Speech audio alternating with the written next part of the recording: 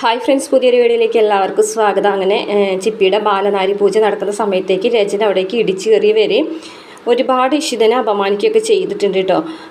ഇഷിതനെ അപമാനിക്കുക എന്ന് പറഞ്ഞാൽ പ്രസവിക്കാത്തവളാണ് നീ എന്ന് മാത്രമല്ല, ചിപ്പിയുടെ അമ്മ ഞാൻ തന്നെയാണ്. ഏത് ആചാരപ്രകാരമാണെന്നുണ്ടെങ്കിലും ഏത് നിയമപ്രകാരമാണെന്നുണ്ടെങ്കിലും ചിപ്പിയുടെ അമ്മ ഞാനാണ്. ഏത് കാലത്തും അത് ഞാൻ തന്നെയായിരിക്കും, നീയല്ല. നീ എന്തിനാണ് ചിപ്പിമോളുടെ പൂജ നടത്തുന്നതൊക്കെ ചോദിച്ചിട്ട് ഒരുപാട് അപമാനിക്കുകയൊക്കെ ചെയ്യുന്നുണ്ട്. അതിന് ശേഷം ഇഷിതനെ പിടിച്ച് വലിച്ചെന്നുള്ള രീതിയിൽ അവിടെ നിന്ന് മാറ്റുകയാണ്. അതിന് ശേഷമാണ് രചന അവിടെ പൂജ ചെയ്യാനിരിക്കുന്നത്. അപ്പോൾ സ്വപ്നവലിയൊക്കെ ആണെന്നുണ്ടെങ്കിൽ ആകെ വിഷമിച്ച് രചനയോട് പറയുന്നുണ്ട് ഇഷിത തന്നെയാണ് ചിപ്പിമോളുടെ അമ്മ, ആ കാര്യത്തിലൊന്നും മാറ്റില്ല.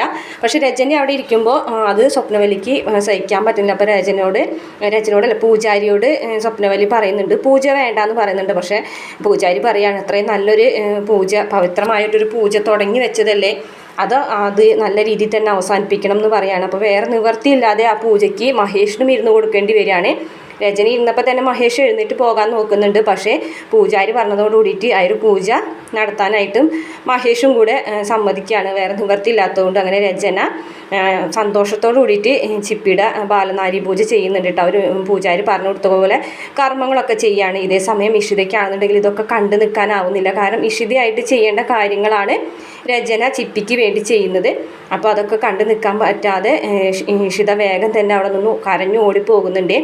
അങ്ങനെ അമ്മേനോട് ഒരുപാട് സങ്കടങ്ങളൊക്കെ പറഞ്ഞ് കരയുന്നുണ്ട് കേട്ടോ. കാരണം ഇഷിത ചിപ്പിയുടെ അമ്മയുടെ സ്ഥാനത്ത് നിന്നും മാറ്റിയെന്ന് മാത്രമല്ല, ഇഷിതനെ ഒരിക്കലും പ്രസവിക്കാത്തവളാണ് എന്നുള്ളൊരു കാര്യം കൂടിയിട്ടായൊരു പൂജയ്ക്ക് നിൽക്കുന്നവരെല്ലാവരും മുന്നിൽ വെച്ചിട്ട് വിളിച്ച് പറഞ്ഞതും ഇഷിതയ്ക്ക് ഭയങ്കരമായിട്ട് സങ്കടം ഉണ്ടാക്കുന്നുണ്ട് കേട്ടോ. അതും പറഞ്ഞിട്ട് ഇഷിത പൊട്ടിക്കറിയാണ്.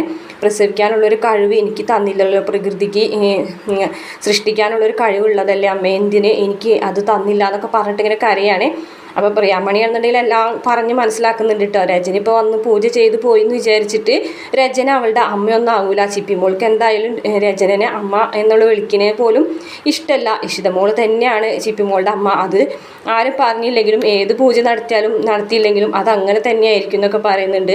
അപ്പോൾ ഇഷിത പറയുന്നുണ്ട് ഇല്ല അമ്മേ, അത് പ്രകൃതി നിയമമാണ്, പെറ്റമ്മ തന്നെയാണ് ആ ഒരു പൂജ ചെയ്യേണ്ടത്.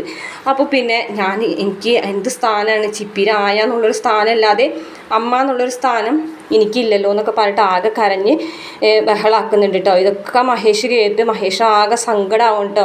ഒരിക്കലും പ്രസവിക്കാത്തവളെന്ന് വിളിച്ച് ആക്ഷേപിച്ചതൊന്നും മഹേഷിന് സഹിക്കാൻ പറ്റുന്നില്ല.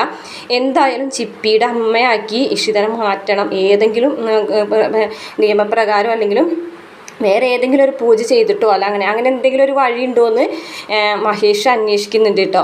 അത് സ്വപ്നവലിയോട് പറയുകയും ചെയ്തു. അവൾ എൻ്റെ ഭാര്യയാണ്, എൻ്റെ കുഞ്ഞുങ്ങളുടെ അമ്മയാണ്, സ്നേഹമുള്ള ഭാര്യയാണ്. അപ്പോൾ അവൾക്ക് വേണ്ടി എനിക്ക് എന്തെങ്കിലും ചെയ്യണം. ഇത്രയും അധിക്ഷേപം അവൾക്ക് കേട്ടല്ലോ, അപ്പോൾ അതെന്തായാലും എനിക്ക് സഹിക്കാൻ കഴിയില്ല. അവൾക്ക് വേണ്ടിയിട്ട് എനിക്ക് എന്തെങ്കിലും ചെയ്യണം എന്നൊക്കെ പറഞ്ഞിട്ട് മഹേഷ് ഇങ്ങനെ കരയുന്നുണ്ട് കേട്ടോ. ഇഷിതര വാക്കുകളൊക്കെ കേട്ടിട്ട് ഇങ്ങനെ കണ്ണൊക്കെ തുടച്ചിട്ടാണ് ഇഷിതര അവിടെ പുറത്തുനിന്ന് പോകുന്നത്. അപ്പോൾ എന്തെങ്കിലും ചെയ്യണമെന്ന് വിചാരിക്കുമ്പോൾ ഏതെങ്കിലും രീതിയിൽ ഇഷിതനെ ചിപ്പിയുടെ അമ്മയാക്കി മാറ്റണം, രജനിക്ക് ഒരു തിരിച്ചടി കൊടുക്കണം എന്നൊക്കെ മഹേഷ് ആലോചിക്കുന്നുണ്ട്. രചനയാണെന്നുണ്ടെങ്കിൽ ഭയങ്കര ഹാപ്പി ആയിട്ടാണ് കേട്ടോ തിരിച്ചു പോകുന്നത്. മഹേഷിൻ്റെ മനസ്സിലുള്ള പ്ലാനിങ്ങും കാര്യങ്ങളൊന്നും രചന അറിയുന്നില്ലല്ലോ. രചനയാണെന്നുണ്ടെങ്കിൽ രചന വിജയിച്ചു, ഇഷിതനെ ചിപ്പിയുടെ അമ്മ എന്നുള്ളൊരു സ്ഥാനത്ത് നിന്ന് മാറ്റി എന്നുള്ളൊരു സന്തോഷത്തോടു കൂടിയിട്ടാണ് ഇഷിതല്ല രചന പോകുന്നത്. ഇഷിതയാണെന്നുണ്ടെങ്കിൽ ആകെ വിഷമിച്ച് നിൽക്കുകയാണ്. അപ്പോൾ എല്ലാവരും പറഞ്ഞ് മനസ്സിലാക്കാനൊക്കെ ശ്രമിക്കുന്നുണ്ടെങ്കിലും ഇഷിതയ്ക്ക് ഇഷിതരായ ഒരു സങ്കടം മറക്കാൻ പറ്റുന്നില്ല. കാരണം ചിപ്പിയുടെ അമ്മ അല്ല എന്നുള്ളൊരു ബോധം ഇഷിതയുടെ മനസ്സിലേക്ക് ഇങ്ങനെ വന്നുകൊണ്ടിരിക്കുകയാണ്. അപ്പോൾ എല്ലാവരും ആശ്വസിപ്പിച്ചിട്ടുണ്ടെങ്കിലും അതൊന്നും ചെവിക്കൊള്ളാനായിട്ട് ഇഷിതയ്ക്ക് പറ്റുന്നില്ല. ഈ സമയത്താണെന്നുണ്ടെങ്കിൽ മഹേഷ് ഒരു തീരുമാനമൊക്കെ എടുത്തിട്ടുണ്ട്.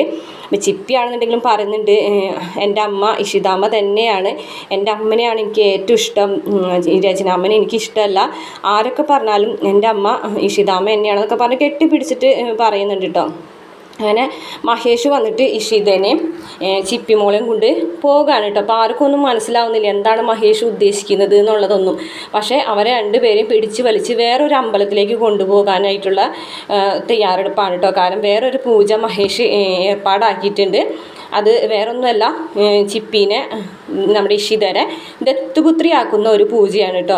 അപ്പോൾ അങ്ങനത്തെ ഒരു പൂജ ചെയ്യാൻ വേണ്ടിയിട്ടാണ് ഇഷിതനെയും ചിപ്പിനെയും കൂടി കൊണ്ടുപോകുന്നത്. ഇതേ സമയമാണെന്നുണ്ടെങ്കിൽ രചന വിജയശ്രീലാളിതയായിട്ടാണ് കേട്ടോ ആകാശിൻ്റെ അടുത്തേക്ക് വരുന്നത്.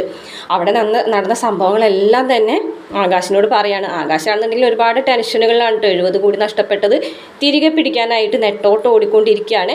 റിയൽ എസ്റ്റേറ്റ് മാഫിയയുടെ ആൾക്കാരൊക്കെ പിടിക്കാനായിട്ട് പല ആൾക്കാരെയും വിളിച്ച് പറയുന്നുണ്ട്. ഐജിനെയും മറ്റുള്ള പോലീസുകാരൊക്കെ വിളിച്ച് പറയുന്നുണ്ട്. ഈ സമയത്താണ് രചന വന്ന് ഈ കാര്യങ്ങളൊക്കെ പറയുന്നത്. അപ്പം അത് ഒരാശ്വാസമാവുന്നുണ്ട് കേട്ടോ. കാരണം മഹേഷ് എവിടെയെങ്കിലുമൊക്കെ തോൽക്കുന്നത് ആകാശിന് സന്തോഷമുള്ള കാര്യമല്ലേ. അപ്പോൾ രചന പറയാണ്, ഇഷിത നാണം കെട്ട് നാറിപ്പോയി എൻ്റെ മുന്നിൽ.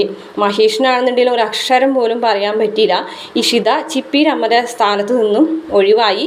അവളുടെ അമ്മ ഇപ്പോഴും ഞാൻ തന്നെയാണെന്ന് തെളിയിക്കാൻ എനിക്ക് കഴിഞ്ഞു എന്നൊക്കെ പറയുമ്പോൾ ആകാശ് പറയൂ, ഇതൊക്കെ കേട്ടിട്ട് എനിക്ക് സന്തോഷം സഹിക്കാൻ പറ്റുന്നില്ല.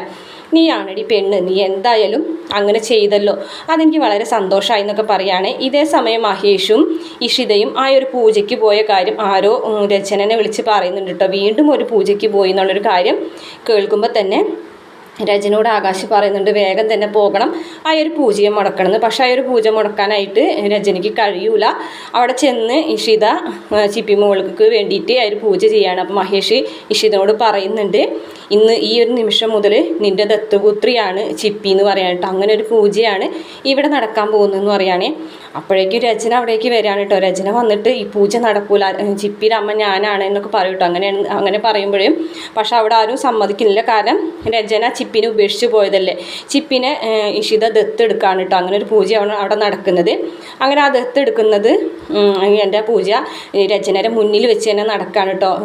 അന്ന് അവിടെ ചെയ്തിട്ടുള്ളത് പോലത്തുള്ള കുറേ കർമ്മങ്ങളും ഇഷിത ചിപ്പിക്ക് വേണ്ടി മഹേഷിൻ്റെ അരികിൽ നിന്ന് ചെയ്യാൻ കേട്ടോ. കുങ്കുമം തൊട്ട് കൊടുക്കലും അങ്ങനെ അവർ പറയുന്ന ഓരോരോ കാര്യങ്ങളും രചനയുടെ കൺമുന്നിൽ വെച്ചിട്ട് ഇഷിത ചെയ്യാണ്. ഇത് കാണുമ്പോൾ രചനയ്ക്ക് അങ്ങോട്ട് സഹിക്കാൻ പറ്റുന്നില്ല കേട്ടോ. അത് കഴിഞ്ഞ ശേഷം ഇഷിതനെ രചന വഴക്ക് പറയാനിട്ട്, നീ എന്ത് അധികാരത്തിലും അവകാശത്തിലുമാണ് ഈ കയറി ഇരുന്ന് ചെയ്യുന്നത്, ചിപ്പി എൻ്റെ മകളാണ് എന്ന് പറയുമ്പോൾ ചിപ്പി നിൻ്റെ മകളല്ല, ഇപ്പോൾ ചിപ്പി എൻ്റെ ദത്തുപുത്രിയാണ്, മഹേഷ് എൻ്റെ ഭർത്താവാണ്, നീ വേറൊരാളെ സ്നേഹിച്ച് അയാളെ കൂടെ പോയോളല്ലേ, പിന്നെ എങ്ങനെയാണ് നിൻ്റെ മകളാവുന്നത് എന്നൊക്കെ പറഞ്ഞിട്ട് ഇഷിത പറയുന്നുണ്ട്.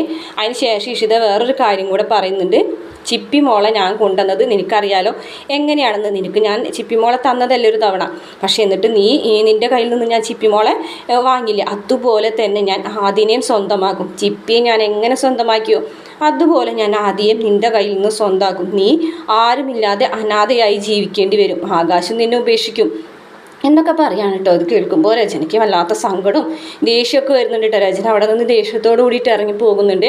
അതിനുശേഷം വീട്ടിലെത്തി ആകെ തോൽവി ഏറ്റുവാങ്ങിയിട്ടാണല്ലോ ചെന്നിരിക്കുന്ന ആകാശിനോട് നടന്ന സംഭവങ്ങളൊക്കെ പറയുന്നുണ്ട്. മാത്രമല്ല ആദിനോടും പറയുന്നുണ്ട്. അപ്പോൾ ആദ്യം പറയുന്നുണ്ട് എന്ത് വില കൊടുത്തും ചിപ്പിനെ ഇങ്ങോട്ട് കൊണ്ടുവരണം എന്ന് പറയുകയാണ്.